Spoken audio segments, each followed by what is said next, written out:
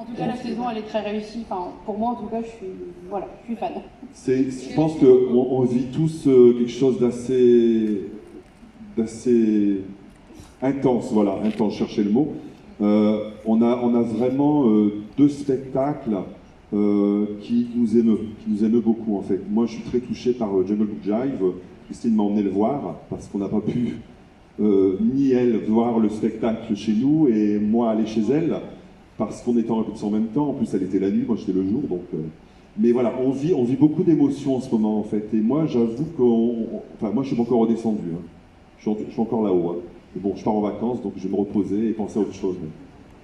Bon, j'arrête parce que je parle trop. Non, mais c'est très bien. Et je me permets quand même de rajouter aussi que, enfin, quand on sort du théâtre, on a quand même aussi le Djembe Joy Village. Donc, enfin, on reste quand même dans cette expérience du Roi Lion hein, quand on sort du théâtre. Et même pour le spectacle Jungle Book Jive, enfin, c'est quand même une expérience 360 degrés. Donc, c'est quand même partout quand on regarde. Y a-t-il peut-être une dernière question? Oui, on a trouvé quelqu'un. Bonsoir, félicitations pour tout le travail.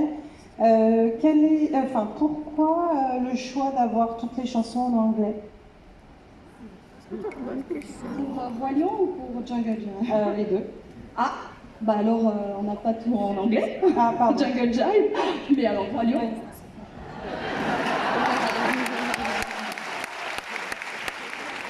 Alors, encore une fois, c'est un choix artistique.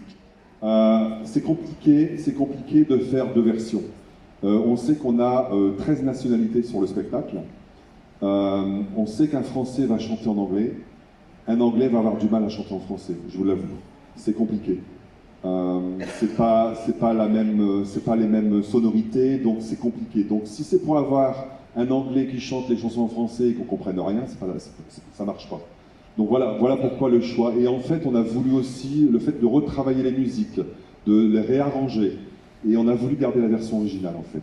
La version originale de la création de ce dessin animé, qui à l'origine était anglais, puisque fait aux États-Unis, Elton John et compagnie, enfin voilà. Donc on a préféré garder la version originale. Après, je pense que c'est assez clair sur scène, on arrive à suivre l'histoire. On a des versions courtes de chaque chanson. On a réussi à avoir des chansons de la comédie musicale, Shadowland, Endless Night, Lives in You. C'était pas gagné, on les a eus, mais ça nous a fait aussi avancer l'histoire en fait, d'une certaine façon et pas d'une autre. Donc voilà, c'était un choix artistique, il a fallu faire un choix. On va auditionner en Angleterre, on auditionne en Europe en fait, pour tous les castes. Donc il y a un moment donné, il faut faire le choix d'une langue en fait. Donc on va se baser plus sur un visuel plutôt que la langue utilisée. Et je pense que tout le monde connaît les mélodies, et j'ai entendu encore des gamins cet après-midi chanter Hakuna Matata en français à côté de moi en fait. Donc finalement, je me dis bon, on est peut-être là pour éduquer aussi un petit peu nos visiteurs. Merci beaucoup pour cette dernière question. Nous sommes arrivés à la fin de cette première exclusive.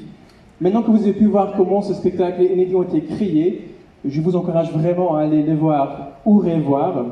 Nous espérons que vous avez passé un bon moment en notre compagnie et nous vous souhaitons une très belle soirée. Merci beaucoup.